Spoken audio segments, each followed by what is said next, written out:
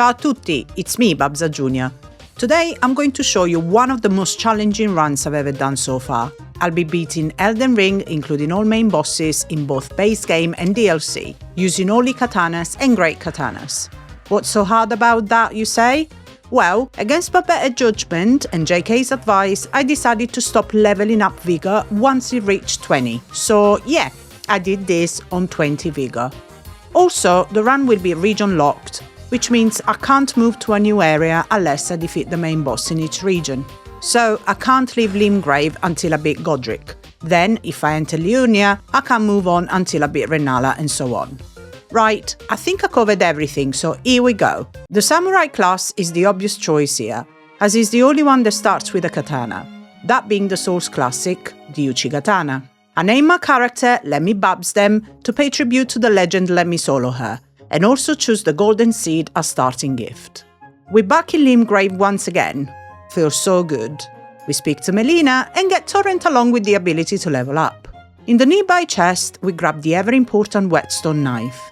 Some of the soldiers nearby drop smithing stone wands, which let me upgrade the Uchigatana to +1. +1 isn't gonna cut it though, so let's head into the Limgrave tunnels. The katana struggles to handle the miners in here with normal attacks, but the unsheathed weapon art works quite well. This should be enough smithing stones for now. As I was here, I decided to take on the stone digger troll. I thought the katana would just bounce off this guy's rocky skin, but the damage was surprisingly good. I took him down without too much issue. With the stones we gathered, I can now get the Uchigatana to +3 and use the runes to level dexterity. I then head to kill Neregus outside Murkwater Cave and then face Patches. I beat him into submission quickly and he grovels for mercy. I suppose I'll let you leave this time, you twat. I do need to get another katana, but unfortunately that means we have to kill Yura, even though it just helped us kill Neregus. Sorry dude, I need that Nakagiba though. I next went and slashed the hell out of Kenneth Hate because he's a dick. Oh, I also wanted the golden seed. I then grabbed the sacred tear and wondrous physic from the nearby church of Marika and also grabbed another seed near Fort Height.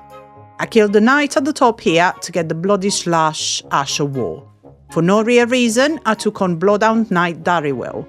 Seemed like a good boss to kill for runes. The unsheathed Ash of War did great damage against him and took him out very fast. I then headed to the Weeping Peninsula. The first stop is the Weeping Evergel to take on the ancient hero of Zamo. This guy really loves using frost, but it doesn't matter. I cut him down and get Radagon's Cast Seal to boost our stats at the cost of taking more damage.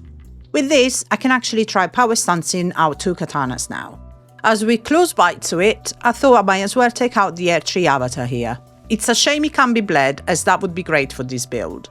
The damage we do is still pretty decent, and by this point have a lot of the avatar's move memorized. Killing him gets us some good tiers I can't use. Given I'm using two katanas now though, I should probably go get some more stones to upgrade them from Mountaintops. There's a bunch of smithing stones one here, and it gives me the chance to check out the Ash of War on the Nakagiba, Piercing Fang. This Ash of War charges forward with great range and big damage. We make quick work of the Scaly Misbegotten boss with a combination of this and some power stance jump attacks. With all the stones we grabbed, I upgraded the Nakagiba to +2, and then went and bought Margit's Shackle from Patches. I then went and bought some more smithing stone 1 from this merchant, and upgraded the Nakagiba all the way to +3. I was in the mood for fighting now, so I went to take on the Tree Sentinel at the start of the game. My damage wasn't great against him, and I struggled to land consecutive hits against him for bleed. The best damage came from the Piercing Fang Ash of War, but sadly I didn't bring enough blue flasks. Oh well, I still got him. But it's probably time to progress the game, so let's go take on Margit. Using the shackle and some power stance slashes, I was able to take off over half his health. Shame that he then took off all of mine. Given that I haven't leveled up health at all here, it's safe to say I died a few times. This choke at the end was especially painful. After a few attempts, I got the rhythm down. Once in phase 2, he only took 3 Piercing Fangs to Sunsbreak Margit, and the critical left him nearly dead. The lock-on going confused me for a few seconds, but I recovered and ended him with another Piercing Fang.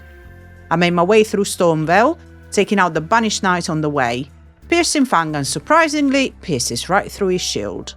I stopped to grab the Claw Talisman to boost the power of jump attacks, and then I went to upbreakingly kill Alexander for his talisman. I'm a terrible person. I dried my tears and went to get a golden seed and ran through the end of Stormveil, but not before grabbing the iron wet blade though. Godrick was up next. The plan here was to go with Piercing Fang and trying for the Stance Break. While I did manage to get one, I didn't really get to capitalise on it. What I did get to capitalise on was his fire opening at the start of the second phase, letting me get a bleed proc in. He did try to stop me killing him, but a few more Piercing Fangs got the job done. I'm really liking this Asher War. I now did, at last, put a few points into Vigor and Dexterity, before entering Liurnia of the Lakes.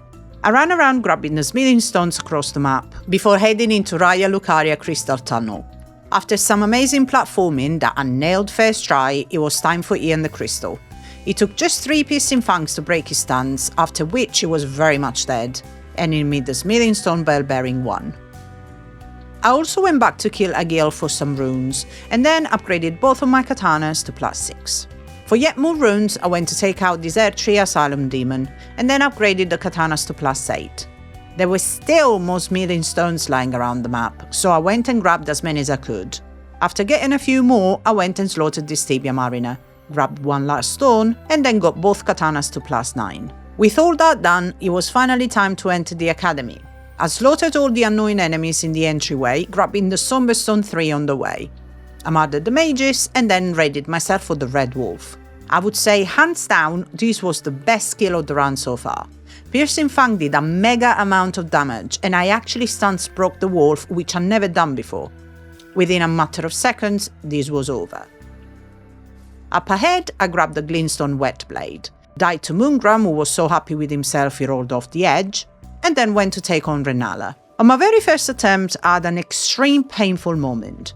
I got all the way through the final part of Rennala's second phase, landing a hit that killed her, but a projectiles and wolf summon killed me at the same time.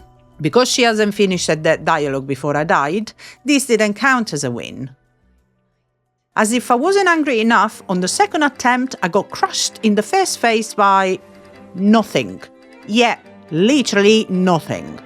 Then, on the third attempt, I got killed by one of her children falling on top of me. What the actual fuck is going on here? By this point, I was absolutely raging. I stormed back in and slaughtered her little ones. This time, I decided to try Bloody Slash to ensure that we got through the first phase in one cycle. For the second phase, I stuck with Bloody Slash as the damage was pretty bloody good. It didn't take too many of them to reduce her health to nothing. Probably the most frustrating Rennala fight I've had in a long while. I now upgrade Endurance and Intelligence, which will be useful later, and head to Caelid via the portal to the Beast Sanctum, and then make my way to Fort Faroth. Yep, it's time to kill Grey Roll again. With her dead, we get a lot of runes which we use to boost Intelligence up to 21. I grab the useful smithing stones nearby and head to the Church of the Plague. With some careful drop downs, I make my way into Celia Town. Most importantly, I go to this merchant here and get a brand armor. Now that I'm fashionable, I introduce this knight's cavalry to the power of gravity. And with this, I can now bring intelligence to 24. I then quickly wipe out Anastasia and make my way into Gale Tunnel. I took out some of the enemies in here, before suddenly remembering I could get another talisman pouch, so ran back out to grab it, and upgraded the Uchigatana to +10. Anyway, back to Gale Tunnel and this magma worm at the end. I went with Bloody Slash for this one, which could score over 1,000 damage if I hit the head. At this point, it did nearly one-shot me with every attack, so I did have to be careful. But with enough slashes, I killed the stupid lizard, rewarding me with the Moonveil katana. We get Moonveil up to +4. Now, on the game's release, this katana was absolutely broken. These days, it's not quite as strong, but it's still pretty powerful. I had some fun backstabbing these Oni guys, and then took on the Erdtree avatar nearby. Using the Transient Moonlight Asher War, I was able to stance break the avatar fairly quickly, and then finish him off with a critical and a few more slashes. This gets us the Magic Shroud in Cracked tier to boost Moonveil's damage by 30%. I then went and grabbed a Somber 5 to bring Moonveil to +5. Although I didn't know whether I would actually use it, I also went to grab the Meteoric Cold Blade from Caelid.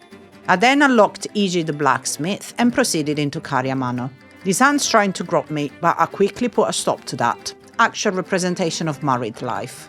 We won't talk about me getting knocked off this walkway by the projectiles though. Let's pretend that didn't happen. Loretta was up ahead, and despite a right magic resistance, Moonveil still did some pretty nice damage. I'm liking this katana so far, can't wait to upgrade it some more. I then went to speak to Ranni, speak to Blade, and then headed down to Siofra River well. Blade was here waiting and... Hey! What the hell? Don't shoot Blade, you dickhead! Speaking of dickheads, I unfortunately also had to speak to Seluvis. With his letter of introduction, I quickly went and smoked my Pumpkinhead, and then met up with Selen who tells us about Radahn. Speaking to Blade again now unlocks the Radahn festival in Caelid. I decided to put one more point into Vigor, and bought the Carian Filigrid crest to help reduce the FP cost of Asher Wars. Despite it being very powerful, I was keen to take out the Putrid Avatar in Dragon Barrow. Not only does he drop a huge amount of runes, but he also gives some very useful tiers. He was pretty much gonna one-shot me with any attack, so I had to play it fairly safe. I did get a Sunsbreak and some Frost procs, which helped to speed things along. Piercing Fang did a great job here, and after not too long I get 80,000 runes and also some tiers that boost my defenses. With that sorted, I headed into Redmane Castle. Time to face Starscourge Radahn. Needless to say, with my tiny amount of Vigor, he could wipe me out pretty easily if I wasn't careful. My plan here was to use Frost-infused katanas to proc Frost and Bleed. I think I might be a little rusty with this moveset though. Definitely the toughest opponent so far for me. So before trying again, I went to grab some smithing stones 4 that were lying around the castle. I also grabbed these 3 near the Aeonian Swamp, and with this I upgraded the Nakagiba to plus 12. I also grabbed Godrick's Great Rune to boost all my stats by 5. I decided to try just using Piercing Fang instead of the Power Stance katanas and see how that went. This was probably my best performance in a fight in one of these runs so far. After an initial barrage of Piercing Fangs, he got frosted. I dodged his following attacks and got a few more hits in before he went up for the meteor. After dodging that, he started summoning his smaller meteors, during which I hit him with a bunch more Piercing Fangs. These actually stance broke him, and then I slashed away, proccing both Frost and Bleed to finish him off. I actually defeated Starscourge Radahn without taking a single hit. I can't believe it. I had to go rewatch the fights to make sure I wasn't imagining it. I now put some points into mind, as more FP will be useful it seems. Well, time to head into the ever-awful Celia Crystal Tunnel. I hate it here, but it does have a bunch of nice Middenstone 5s. If it weren't for those, I wouldn't be coming here. It also has this dickhead Falling Star Beast as the boss. Even though it did take me out once, the damage we do at this point is pretty good. Piercing Fang gets us the Stance Break, and a critical finishes him off to get us a bunch of Smithing Stones and the Somber Barbarian 1. I then went to Dragon Barrow, where I got the dragon to break this rock for some Smithing Stone 5s. And then returning to Redmane for the Red Hot Wet Blade. There's also a Smithing Stone 6 here, and another 5 here. With all this, we can upgrade the Nagagiba to plus 16, and Moonveil to plus 6. Gathering and upgrading completed, I descend down into Nokron, the Eternal City. This of course means it's time to fight the Mimic Tier. Hi Mimic Tier! Bye Mimic Tier! I went ahead to light up all these podiums, unlocking the fight with the next Remembrance boss we're going to do. For this one, I used the Red Hot Wet Blade to fire infuse the Nagagiba. The Regal Ancestor Spirit is a boss I find a bit annoying. It's not a particularly tough fight, but it can be pretty annoying with his teleporting away and healing. At least a fire-infused Piercing Fang does some good damage. I didn't manage to get a Stance Break, which was unfortunate, but even the normal slashes do a good amount. My final hit was able to poke him right in the head, which is his weak point, and end his life right there. I made my way down further into the city, taking out these tier guys on the way. I grabbed the ever-useful Black Wet Blade here for bleed and poison infusions, and also got the Finger Slayer Blade.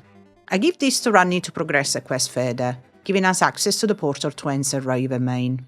I took down the Mini Astel up ahead for the Somber 7, but then returned to Dragon Barrow to grab a Somber 8 and a Somber 9. Now I can upgrade Moonveil all the way to plus 9.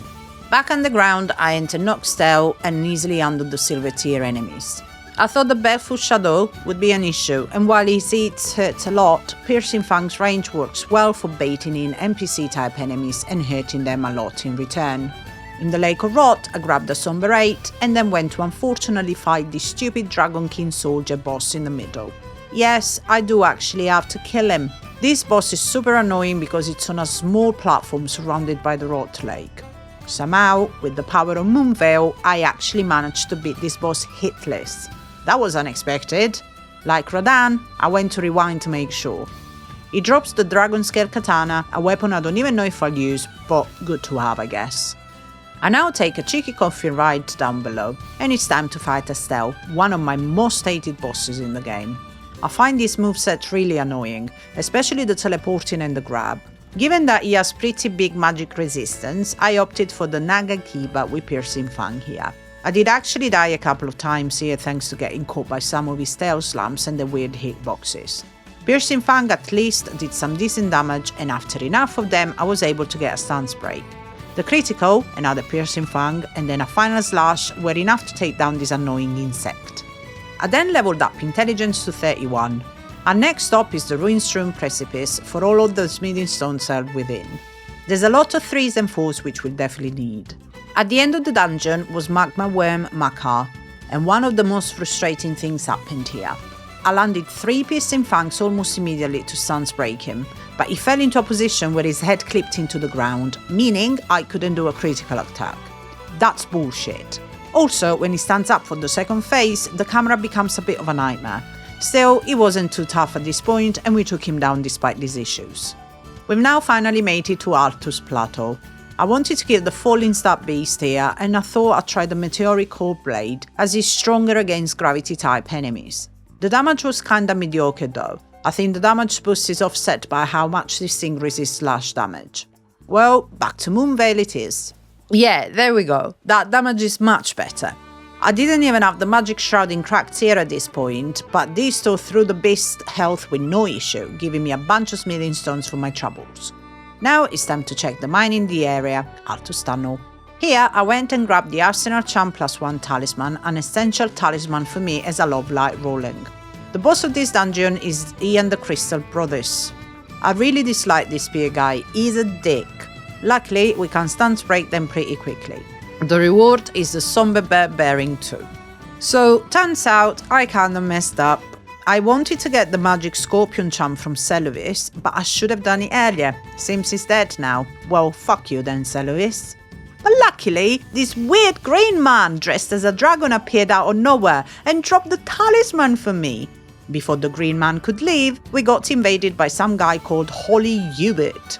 With a combination of Moonveil and the green guy using Ancient Dragon's Lightning, Hubert didn't stand a chance. With that over with, I went to get the Smithing Bear Bearing 2 from the Sealed Tunnel, as well as the Smithing Stone 6s up ahead. I also killed the Abducted Virgin because I don't like them. Same with the Onyx Lord at the end here. There was actually no reason to kill him, but it felt like the right thing to do. I grabbed 2 more Smithing 6 here too, before heading to take on Draconic Tree Sentinel. Moonveil at this point was putting out some pretty nice damage numbers. I'd say this was one of the easier Draconic Tree Sentinels fights as a result. Not quite as flawless as the Scythe run, but I'm still pretty happy with this. I now make my way into the capital past these cute Oracle envoys. Move out of the way! Oh, they're so cute. My intelligence stat is now leveled to 38. I climbed up these branches, taking out these Ians on the way, and headed in to face Godfrey.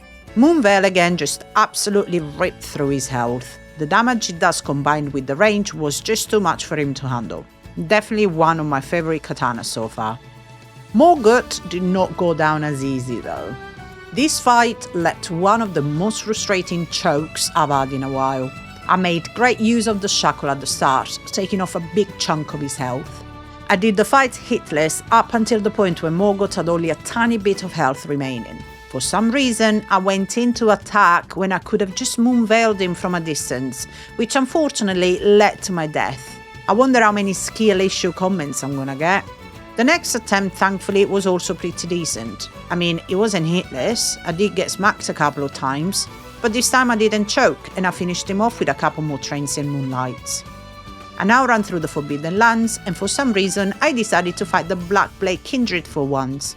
Normally, I find these guys painful to fight, but I was feeling confident with Moonveil in my hands. It seems I was right to feel confident, because I actually defeated this Black Blade Kindred without taking a single hit.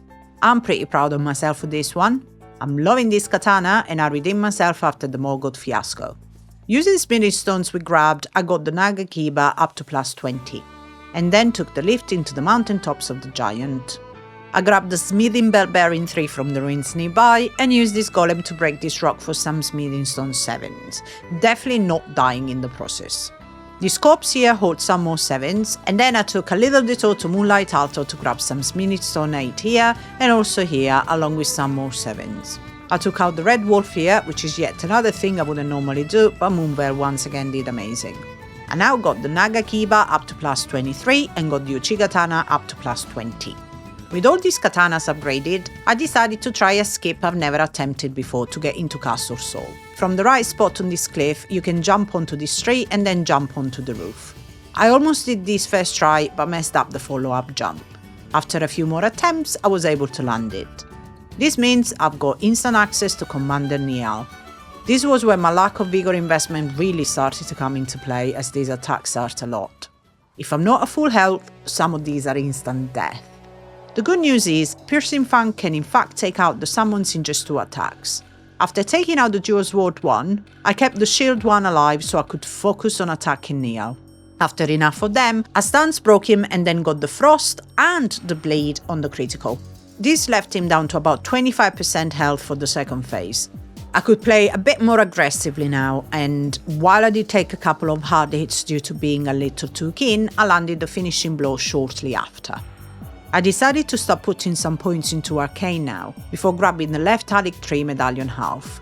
I then went to speak to Dumbledore to grab the second half. I returned to the round table where Ensha invaded me but soon regretted it. Time now to get another katana. Up in the mountaintops, Bloodfinger Okina invaded, and like Ensha, soon regretted it, giving us rivers of blood. I'm excited to try this out. I got the Ancient Dragon's Smithing Stone nearby and then took the lift up to the Sacred Helic Tree route. The snowfield is great because all of those Smithing Stone 8s that line around, even if some of them are heavily guarded. You also get invaded by Anastasia, Tarnished Eater here, and her death rewards us with a Somber Ancient Dragon Smithing Stone. After grabbing another Smithing Stone 8 here, I can now upgrade the Naga Kiba to plus 25 and Moonveil to plus 10. With all that done, let's go take on Fire Giant. The good news is that Moonveil can break his leg wrap with 1 Transient Moonlight. The bad news is that several of his attacks now one-shot me. Given my low vigor, it was probably about time to grab the Ritual Shield Talisman so at least I had a chance of surviving some attacks. On the next attempt, I got pretty far in but underestimated the amount of FP I need and ran out deep into the fight. Following this, Fire Giant decided to do loads of witch stuff like stand on this ledge, and I even got caught by a fireball due to the edge of the arena blocking my roll. That is pretty infuriating. Luckily, on my next go, things finally went a bit more smoothly. At least for the first phase. I tore off about a third of his health in the initial opening thanks to Suns breaking him. I chased him down and a few more Transient Moonlights pushed him to phase 2. This phase was pretty messy. I kept missing my attacks and the camera was going crazy at some points. Despite flying all over the place and taking a beating, the Ritual Shield Talisman allowed me to survive and somehow make it through, despite getting hit at the end. I now get Arcane up to 19, and then quickly went back to grab a Somber 9 I missed from the Lake of Rot, as well as a Somber 8. These all let me get Rivers of Blood to plus 9. For once again no real reason, I decided to take on Ancient Dragon Lanciax. The damage to Lanciax head with Moonveil was huge, probably some of the biggest I've ever done to this dragon. In a similar vein, I went to take on Borealis in the mountains. I really wanted to Sunsbreak him here, but for whatever reason he just didn't want to play ball. Stupid frost dragon, just die! At least Marek went down pretty easy. Yes, I might be on a dragon killing rampage, okay? Okay, so really what I wanted was some more runes. So I also took out the Air Tree Avatar in the mountaintops, and the Putrid Avatar in the snowfields. This one at least dropped some useful tears. Anyway, with all those runes, our arcane stat is now 26. Still not quite enough though. Well, what about Great Worm Theodorix? Okay, full disclosure, I might have employed the help of this land octopus for this fight. It did a silly amount of damage actually. Soon enough, we took him down too. And then got arcane to 28. I still had some business to clear up, so I went and took out Bloody Finger Eleonora. And in a moment of madness, I decided to take on the full-grown Falling Star Beast. Why did I decide to do this? I hate this guy. At least with a good damage with Moonveil, After somehow avoiding the mega laser attack, I wiped him out with 2 more transient moonlines to the face. With Arcane sufficiently leveled, I decided to try out Rivers of Blood on the ulcerated tree spirit here. Damage seems good, but still could be better. As we've entered Mount Gelmir now, we need to be Rykard, so let's send the Volcano Manor. I speak with Tanith to join the Manor, and then get the letter to do the assassination quest. First, Isvan gets absolutely shredded, and then Riley meets a similar end. Okay, I'm starting to see why people like this katana. Speaking of katanas, we get given the Serpent Bone Blade as a reward here. I'm not sure I'll actually use this, but still good to get it. I then went to take on the final assassination quest, Juno Hoslow, who was quite a bit tougher than the previous ones. I went with Piercing Fang here for the range, and it seems it was a good choice. Letting him run at me and then attacking was the key to victory. With that, Tanith now lets me go and see Rykard. What a great reward. Before doing anything else, I upgraded the Serpent Bone Blade to plus 18. Then I went into the capital and grabbed Lionel's armor because it's the easiest heavy armor to grab. I also got the Blessed Dew talisman and slapped on some fire resistant talismans as well as Lionel's armor. My strategy was to power stance the cold Nagagiba and the Serpent Bone Blade to inflict frost, bleed and poison. This fight was extremely annoying. The stagger from the lava seemed worse than usual. The other problem is that fighting him without the Serpent Hunter means you need to tank some hits, something which was trickier to do given my low vigor. I took a break to speak to Patches and then killed Tragoth for his armor, which has the highest poise in the game. I also felt the Serpent Bone Blade wasn't really helping, so I switched to a bleed-infused Uchigatana in the left hand. This did seem to work better, but I got some really bad RNG where the God-devouring serpent just kept moving backwards constantly. Just stay still for fuck's sake! Rykard, by comparison, did seem to stay still for long, but his annoying skull attack meant I had to run away at certain intervals. I made use of Piercing Fang here to get a stance break to help keep him still for a bit longer. Unfortunately, with him at a tiny amount of earth left, he did his jump right onto me and killed me. To say I was raging was an understatement. That was 8 minutes into the fight. On my next attempt, my luck held out and I finally took him down. I hate this boss. At least I can get Arcane to 30. I now went back to the consecrated snowfield where I killed the Sanguine Noble and then took the portal into Mohg. I mainly ran through here to get the Grace just before Mohg. There's a Somber Agent Dragon Smithing Stone here, which is always useful to get. For this fight, I had both the Nakagiba and Uchigatana infused with bleed. Things were going pretty well, but I made one crucial mistake. I didn't have the tear to negate the knee heal in my physic. Whoops. I initially thought I'd do this without the shackle, but then I thought, nah, screw it, and I'm gonna shackle the hell out of him. I also went and got the Winged Sword Insignia talisman from the Cleanrot Knight in this cave. I did also try out Rivers of Blood on Mohg, but his resistance to fire damage meant this didn't hit as hard as I'd hoped. I think it might be time to try out an old favourite tactic. So I went and finished up Rani's quest, which meant Rogier died so I could get his bell bearing. With this, we can buy our old friend's spinning weapon. I then went to grab Bloodflame Blade from this scarab and returned to the awful sewers to go into Leyndell Catacombs. I quickly killed the Capra Demon Imitator for the Lord of Blood Exhortation to boost the damage when bleed occurs. I still wanted to get at least one kill with the Serpent Bone Blade, so I used that for this Demi-Human Queen, which was pretty brutal. This gave me the Resource Ward Talisman for 10% more damage at full health. With the setup complete, I went back to Mohg. I popped a Starlight Shard, used Bloodflame Blade, and went for the Shackle. This didn't go quite as smoothly as I would have liked, as Mohg hit me as I went to use it, meaning I lost the buff from the Ritual Sword Talisman. I didn't quite manage to kill him before he finished his phase transition, but luckily he didn't fly away after he finished and just walked backwards, allowing me to walk up close and finish him off. I now went to upgrade Rivers of Blood to plus 10, and finally went to burn the Air Tree to open the way to Farum Azula. I actually slaughtered a lot of the beastmen here with Rivers of Blood, which was very satisfying. Even the Banished Knights up ahead got absolutely obliterated. I think I'm gonna use this for the next boss. Ghostskin Duo, my favourite. Initially, this didn't go so well, especially when the noble rolled over the pillar onto me. The bleed does great damage, but of course one-shots are very much on the table for me. It took a few tries for me to get back into the swing of this fight. but when I got the winning attempt, it felt really good.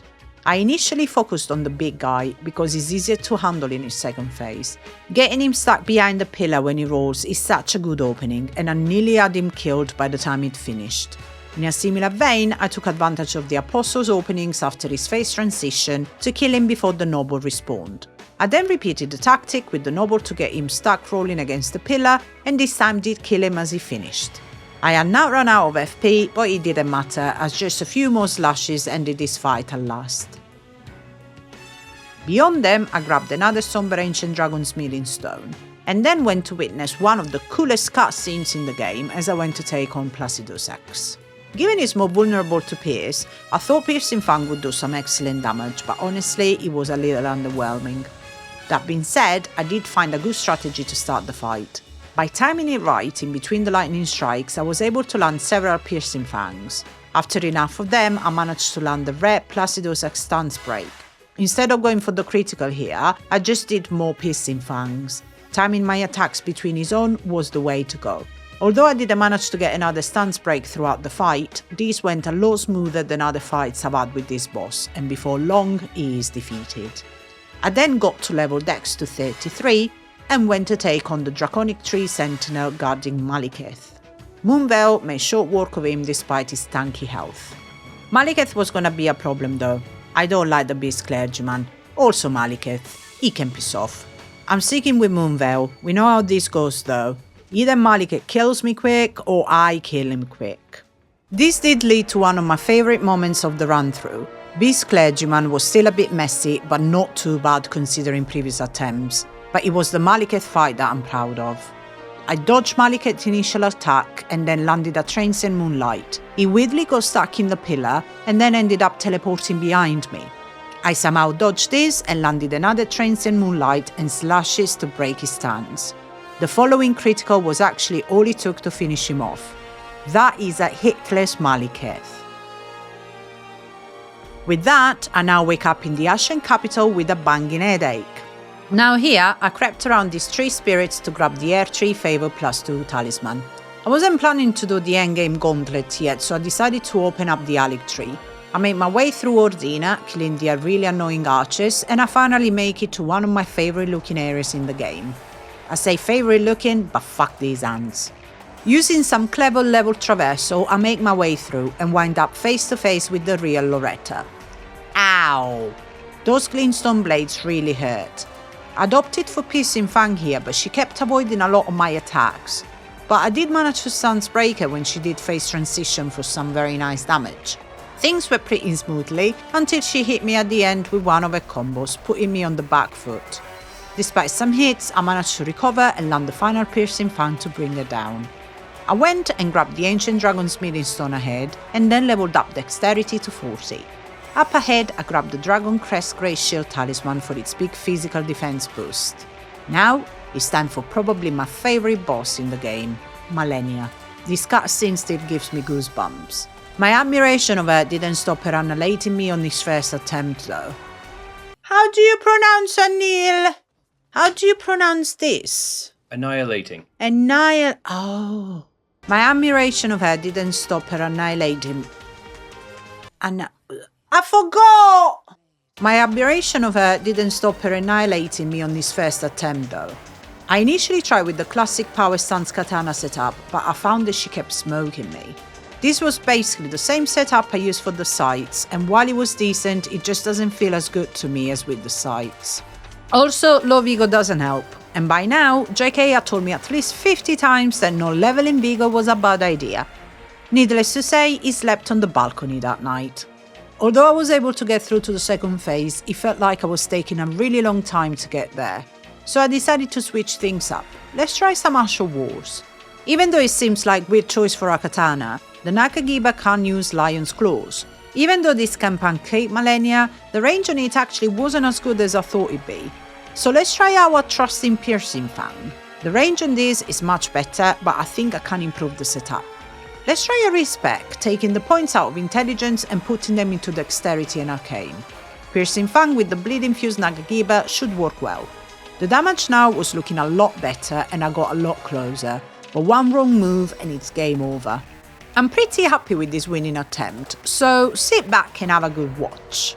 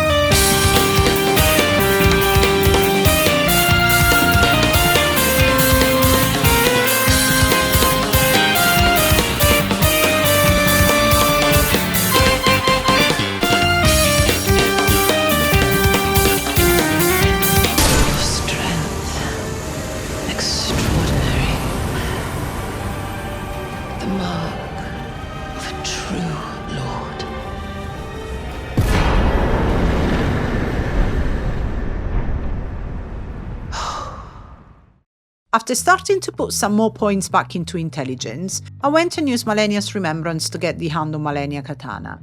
I instantly got this up to +10. I like this katana, but I will admit it's not the easiest to land the Ash of War. Anyway, it's time now for the DLC. I'm counting Rennala as the graveside plain boss, so we can't leave here until we beat her.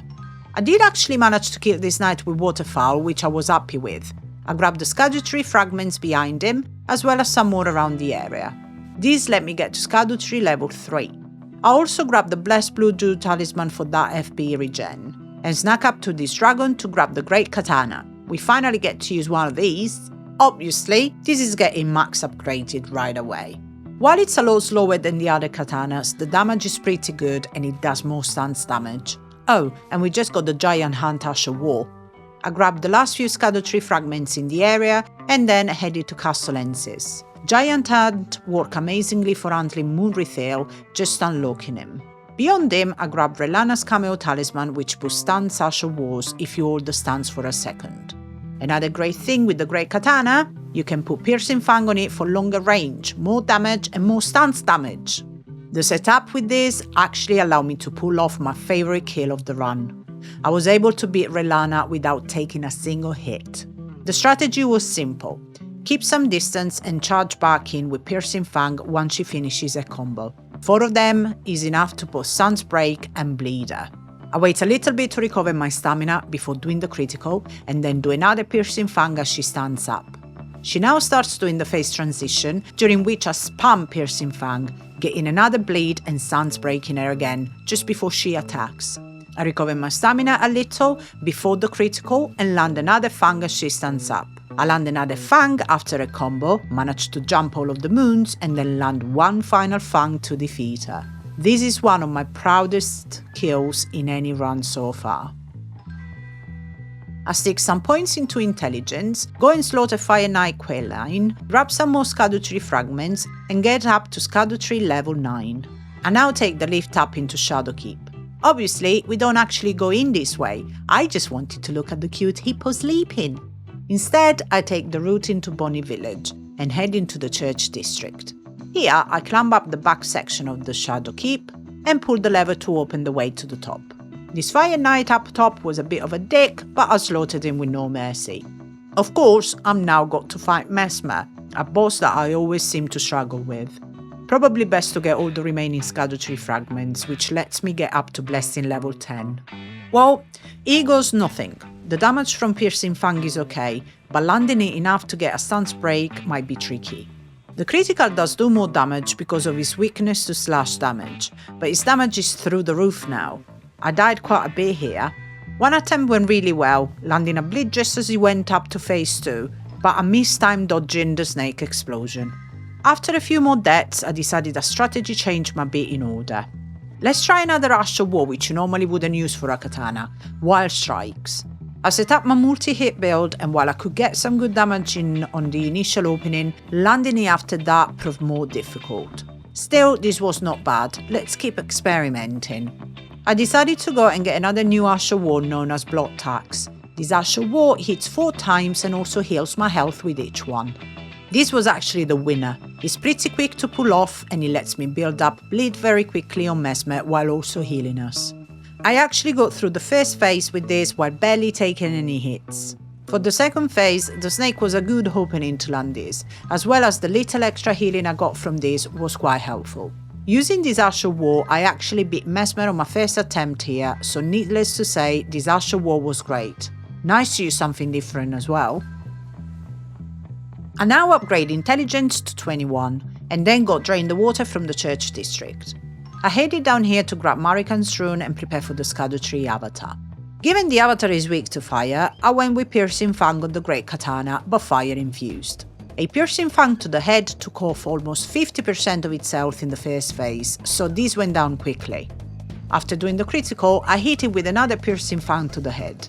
A few more pokes to the head brought phase 2 down, but phase 3 was what I was most worried about. For the first time, I dodged the explosion at the beginning and successfully punished it. I dodged a couple more combos and at last took him out. Time to get yet another Ash of War as I grab Sacred Blade for its holy damage. There's a couple of bosses weak to holy, including Gaius, but let's see how Piercing Fang does. Damage is okay, but this boss hits very hard. Why did I decide not to level up Vigor again? I actually said this out loud at the time, and JK of course was very smug and had a massive grin on his face, so I'm currently waiting on the divorce papers. So I decided to first try Piercing Fang, but with Holy Infusion on the weapon. Now that's some good damage. After landing enough of them, I got a stance break and laid in a critical for some great damage. I actually got one more Fang in before his phase transition attack, even if I did take a hit. I thought I was going to defeat him after he landed the spinning phase transition attack, but he ran off before I could land the final hit. Despite him fighting back, I landed the final hit shortly after. Behind him are a lot of Scadutree fragments, which we of course need. I next headed into the ancient roots of Rao, which I basically ran through until I got to Romina. I went with the Piercing Fang fire setup again due to a fire weakness. Damage was really solid, it's just a shame that butterflies killed me. The next attempt went really well, but I choked at the end with her one hit from death. This was painful. Overall though, this was a lot easier than Messmer. The damage was good, the stance breaks were good, and I beat her after an onslaught of flaming piercing fangs. I'm not planning to do any Realm yet, so instead I went to grab Assassin's Gambit and headed to the Cerulean coast. I grabbed more fragments here to get to level 13, and then made my way down into Stone Coffin Fissure. Now, I've been hoping that Assassin's Gambit would allow me to get through this section with the laser worms, but honestly, it seemed to make very little difference. That was a waste. After definitely not doing a press trying to make this jump, it was time for Putrescent Night. Let's try the all-infused Piercing Fang Great Katana first. Damage was really strong, but it's probably one of the bosses whose moveset I struggle with the most. The delays on his wings are pretty brutal and always throw me off. I did also give Sacred Blade a try. The range and damage is okay, but Piercing Fang seemed a lot better. Also, because of how mobile the knight is, the Sacred Projectile just kept missing its mark. For this one occasion, I thought, let's try and just bring the holy damage as high as possible, so I did a respec for this fight and pumped up some points into Faith. With this respec, I now did over 4,000 damage with each Piercing Fang. Now, that's the kind of damage I like. It only took 5 of them to successfully bring down this horse-riding dickhead. After getting my stats back to normal, I got to see Ymir and get his holy necklace. I then went and blew this finger. Gross. For a bit of a break, I went and absolutely destroyed these 3 sentinels on the way to the next ruins. After blowing this second finger bell, I went below the cathedral and absolutely slaughtered Sword Hand of Knight Anna. This Asher War is good. But for Metier, we are going to give Wild Strikes a try. For the first part of the fight, I was mainly trying to bait Metier into doing the head slam AoE. Once she did this, I got in close and let my Wild Strike swing. The damage really started racking up here and I almost killed Metier before the phase transition started, but she blasted me back before I could land the final hit. It was no problem though, I lured her into the spinning attack and landed the last hit to kill her. I now went and used Rivers of Blood to take out the ulcerated tree spirit below the church district to get the Iris of Oculation. Back in the cathedral, I unfortunately got fingered by Ymir, which I was not impressed by. I slashed through Ymir next try though, and then gave the Iris to them to get a new katana, the Sword of Night. I upgraded this weapon to +9 and went to try it out against some demi-humans. The damage is pretty good and the Asher Wall looks really cool. The witch in our slash just melted this demon-human queen, which rewards us with yet another katana, the Sunline Sword. I get this up to +9 also. What a cool looking sword. Anyway, let's take this coffin down and start making our way down to the Abyssal Woods. But before that, there's a mausoleum nearby containing Rakshasa who drops yet another katana. I got to make use of Rennala's cameo here to boost out Moonveil's attacks. This wasn't so bad in the end. Rakshasa's great katana is ours. I tried out the Asher War of the Starline Sword here against some Albinorics. This Asher War looks so cool, when you don't fall to your death that is. Okay, so I get Rakshasa's great katana up to +9 and headed down in the Darklight Catacombs, which unfortunately means we have to face Jory. I fucking hate Jory. The good news though is we can backstab him and then follow up with a few corpse pilers. Despite the onslaught of the projectiles and summons, these took way less attempts than pretty much any other Jory fight I've ever had. In the Abyssal Woods, I finally got to use the Starline Sword for something. It worked great for taking out the Mud in Hand NPC here. Plus, did I mention he looks pretty? I grabbed some more fragments to get up to level 14 and then snacked past the aging untouchables without any issues. I made it into Midra's Man's where I used Rivers of Blood to wipe out these horny guys, and Smoke's mom as well. For Midra, my initial plan was to use Rakshasa's great katana, but I get the feeling this Asher War would work better if I had a decent amount of health. So instead, let's try Wild Strikes on the great katana. I got a good number of hits in on Midra at the start, but once he got to phase 2, the openings dried up a little. But this got me thinking, would it be possible to take him out right away with Wild Strikes if I got some good RNG? On the next try, I actually interrupted Midra going into the air for the explosion attack by bleeding him out. I think we might be onto something here. I decided to switch in the stance break to the physic. After wiping out the first phase, I drank the physic, ran around Midra and then started the attack. I did manage to stance break him this time, but he still broke out of it. I was pretty confident I could do this, so I kept trying, just waiting for the RNG I needed. Finally, after a fair few attempts, I got it. I got several bleeds which interrupted the phase transition, followed up by a stance break. Midra reared back to try and land another attack, but one final blade finished him off, effectively killing Midra in a single button press. Pretty good. Before our next journey, I went back to the base game and killed Godefroy for the God-free icon to boost charge skills. I also grabbed the Somber Ancient Dragonstone from the capital. Back in the DLC, I took out the Ancient Dragon Man Invader on the way to Dragon Pit. The real Ancient Dragon Man honestly wasn't much tougher. He did get me with a couple of hits, but I was able to comfortably slash him down to secure the final Great Katana, the Dragon Santa's Great Katana. This one I definitely want to max upgrade as we're going to use it for the next boss. I made my way to the top of Jack Peak to face off against Bael the Dread. The Dragon Hunter's Great Katana and its Asher War do additional damage to dragons, meaning it's a great weapon for Bael. If you charge up the Asher War, he fires out a projectile, but it seems a little inconsistent as to whether he actually hits or not. I did get pretty far on my first attempt though, bringing him down to a third of his health. But as always, this proved a tough fight for me. I wouldn't recommend trying this fight with 25 Vigor. I actually came really close on the next attempt, but I didn't realise I'd run out of Estus and tried to heal when I didn't have any left. One good thing with this katana is that it's actually possible to stance break Veil with it. Landing an Ash of War when he's stunned and following up with a critical does some very solid damage. But despite this, I couldn't quite seem to put it all together. I'd make one mistake and a good attempt would just be done in a matter of seconds. Even with Ritual Shield, some attacks were a flat out one shot. I did realise one thing though, the Dragon Hunter's Great Katana scales with both strength and dex equally, so yet another respect was in order. 65 in both should be enough, I hope. Okay, that is a pretty significant damage boost, and that's just a body shot. Hitting the head with the katana is massive, almost 5000 damage. I got through phase 1 pretty quickly here, but phase 2 of course is where things get super chaotic. At least now though, I knew that I'd be taking off a big chunk of his health anytime I did actually manage to land a hit. Just as I was about to finish him off, he flew off and I got smacked by the projectiles. I just about managed to survive, dodge and land the final attack to bring an end to him. But little did I know, the worst was yet to come. It's time at last for Enirilim, but we're not taking the usual route in. Nope, this time I'm going by Ballarat Tower.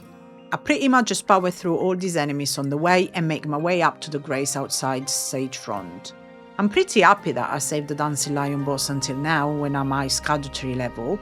The damage we can do with Piercing Fang is awesome and is pretty weak to bleed, so getting a proc is fairly easy. It's still annoying as hell to fight thanks to that second phase, but this went more painlessly than usual. Stupid lion. Now I can take what should be the intended route to Enirilim. I use Moonveil to kill this Dancing Lion simp and grab the fragments in the area. I'm now up to Scadutree level 16. Remember before I said I didn't know where I'd use Waterfowl dance? Well, now is the time. Waterfowl work great for this silly NPC gunfight. One full flurry of Waterfowl is enough to take out Onset right away. I did bring Nathan in to help and distract Leda while I Waterfowl Dane into oblivion, and then gave Leda some as well, stopping her from even healing. I'm so happy I got actually to use Waterfowl for something useful. But the hardest fight of the whole run is looming. Promise Consort Radahn. The good news is he is weaker to Pierce. The bad news is, the same as it's been for the whole run. I have pretty much no Vigor. This took more attempts than any other fights this run. Even getting through the first phase was tough. After getting my face kicked in a number of times, I thought perhaps it was time to try some other Ashes of War. I tried Cragblade first, using the rolling poke to hit him, but the damage wasn't feeling great. Next, I went to grab all the Scadutree fragments I'd missed, letting me get up to level 18. No, I'm not killing the hippos to get to level 20. Cragblade did at least let me get to second phase, but of course that's even worse to try and get through. Well, time for yet another respec. I pumped Dex and Arcane to get some more damage and bleed on our Blood Great Katana. Damage was looking better now, and I was even able to Suns break him to send him into phase 2. But still just couldn't get through without getting taken out. What am I missing here? I just can't seem to get it all to click. To beat him with this level of health, I need to survive for so long without choking. There is one more thing I can try though. I went and killed this Knight's Cavalry to get very underrated Ash of War, Repeating Thrust. With this Sun Hand and the use of Flame grant me strength, we're ready. The damage from these is way better than anything we've used so far. There are still some situations where the rolling poke works better though, but I still think we can improve our damage more.